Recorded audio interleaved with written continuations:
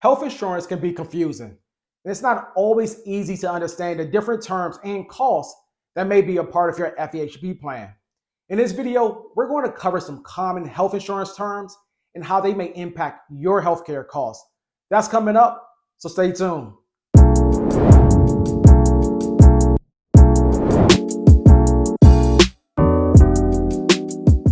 Hi, I'm Jerome Harvey with Fedway Financial, and this is the Money Briefing.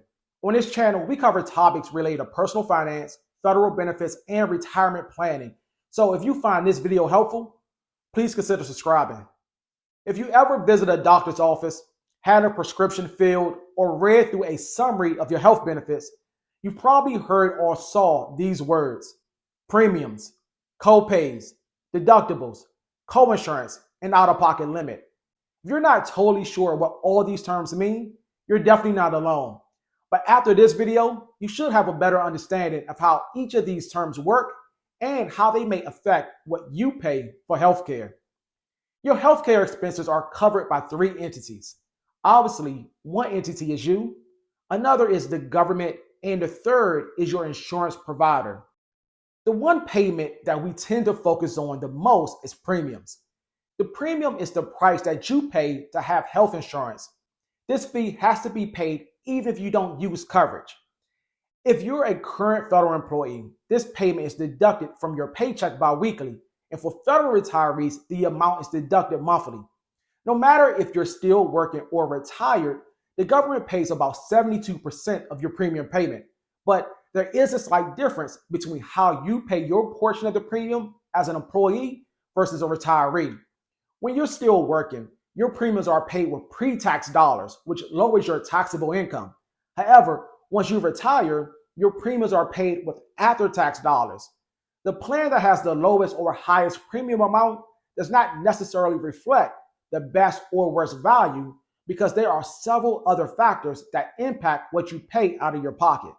One of the other costs that you may incur is a copay, which is short for co-payment. A copay is a flat fee that you pay on the spot when you go to your doctor or fill a prescription. The dollar amount is predetermined and it varies based on the type of service that you receive. For example, you may have a $25 copay every time you see your primary care physician, a $10 copay for each monthly medication, and a $300 copay for an emergency room visit. Not all plans use copays, and some services may be covered at no cost to you, such as annual checkups, vaccinations, and certain other preventive care. Depending on how your plan works, your copay may or may not count towards meeting your deductible, which is another term that I want to focus on. A deductible is the dollar amount that you pay for covered services before your health insurance starts to pay. Your deductible is an annual amount and it resets each year. For example, if your plan has a $500 yearly deductible, you pay the first $500 of covered services before your plan helps to pay.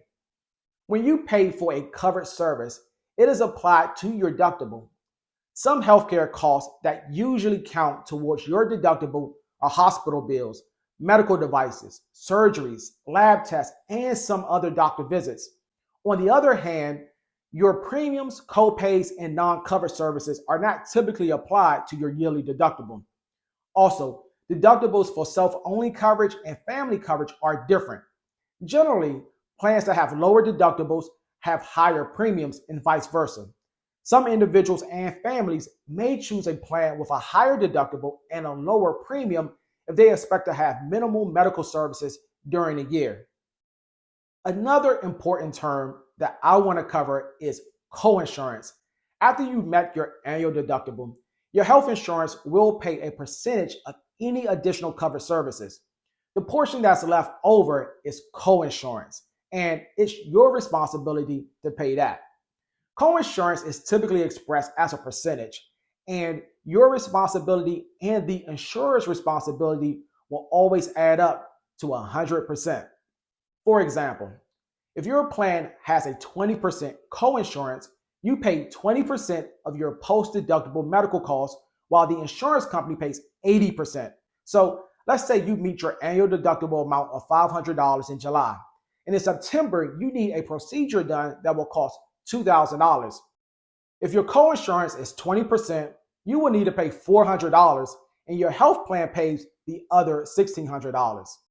You'll pay coinsurance on approved medical care until you hit the out-of-pocket limit on your plan. After that, your insurance will cover 100% of your medical and prescription costs for the rest of the year. Your out-of-pocket limit, which is also called your out-of-pocket maximum, is the most you're required to pay for covered healthcare expenses in a single year. This amount includes money that you spend on copays, deductibles, and coinsurance, but premiums are not included in your plan's out-of-pocket limit. Healthcare costs can be expensive, so you want to make sure that you use in-network providers or preferred providers. Basically, preferred providers refers to the doctors, hospitals, and medical facilities that are a part of your FEHB plan. Your health insurer has negotiated discounts with everyone in the network. Services and care that you receive outside of the network will have a much higher copay, deductible, and coinsurance costs. And some services may not count towards your deductible and out-of-pocket limit. Before using a new doctor or facility, you should always check to make sure that they are a preferred provider or in your network. Otherwise, you may receive some unexpected costs. Health insurance plans under FEHB can have a variety of cost-sharing options. When evaluating health plans, it's important to look at the dollar amounts or percentages for their plan's premiums, copays, deductibles, coinsurance, and out-of-pocket limits. If you received any value from this video, please click the like button. Also, if you have any comments or questions about FEHB, federal benefits, or retirement planning, you can add them in the comment section, or you can email us at ask@fedwayfinancial.com. Thanks for watching, and we'll see you on the next Money Briefing.